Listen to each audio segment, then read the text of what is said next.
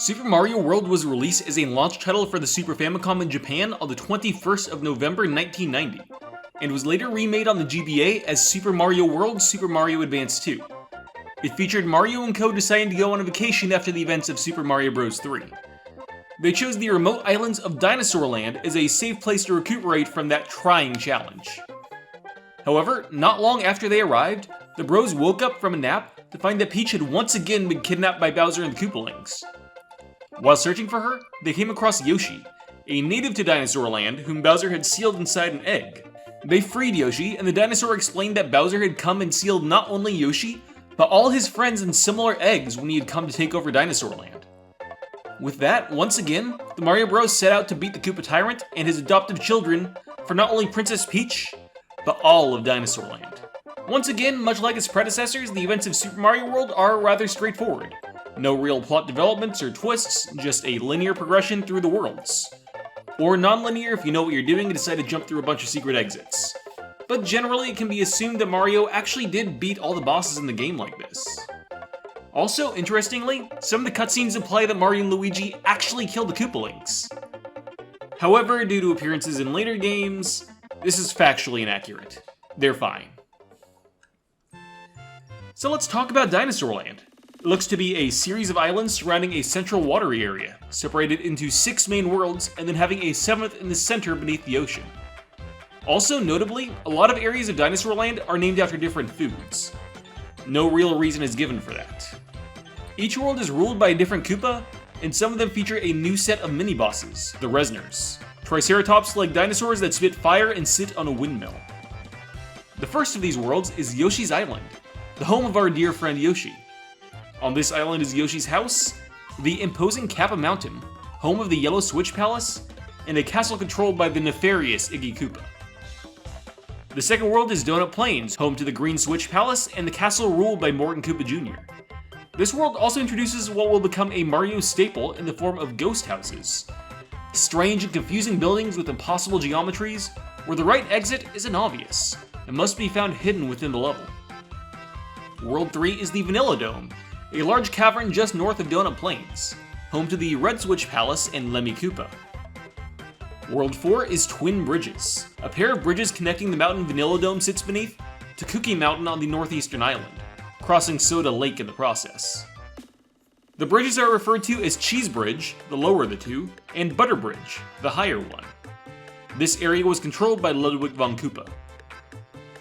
World 5 is the mysterious Forest of Illusion, an area where, if you just follow the intended path, you'll be set in a continuous circle, and you need to really explore and find the secret exits before you can escape. This area contains the Blue Switch Palace and is ruled by Roy Koopa. Chocolate Island is the last normal world, ruled by Wendy O. Koopa. Not much is worth mentioning of the level itself, but upon defeating Wendy, the bros find a mysterious crashed ship in the ocean. This ship is stated in the original game's manual to actually be one of the ships that was taken down by Mario and Luigi during the events of Super Mario Bros. 3. It's filled with ghosts, what's left of the crew, still haunting their place of work. And inside, we find another orb, similar as to what was found in the fortress of Super Mario Bros. 3. Upon receiving it, a massive cave in the shape of Bowser rises out of the water, opening the way to the final world. Now let's take a few minutes to discuss this segment. It only lasts a little bit, but bridges the short gap between Mario 3 and World. It seems that after that game, an airship crashed here, and it was from that wreckage that Bowser drew up his new base of operations. Now this is entirely headcanon, but since the ship doesn't match any of the airships we'd seen in Mario 3 visually, I like to think that the airship belonged to Bowser himself, which took an ill-fated escape from Darkland.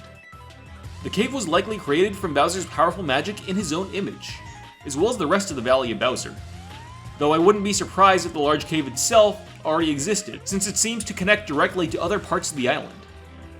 But that would explain why Bowser seemed to have such a firm grip on an island where the Mushroom Kingdomers had only just shown up. He was already there regardless. Peach showing up was just lucky happenstance. Inside the valley, Mario and Luigi fight their way to Bowser's castle, where they take him on in his new vehicle, the Clown Car. But like always, they're able to blast him away, save the princess, and escape the Valley of Bowser. putting an end to the events of Super Mario World. But even if that's the end of the story, there are still 2 more worlds we haven't talked about. Dinosaur Land is connected throughout by a mysterious location known as Star World, a star-shaped landmass high in the sky, connected to the surface world by star roads, access points in the shape of stars hidden throughout Dinosaur Land. Not much of its origins are discussed here, but finally, for the first time, we're starting to see what will become the basis for the further cosmology of the Mario universe. Star World and the idea of star roads are heavily linked to the events of Super Mario RPG, but we'll get to that game soon enough.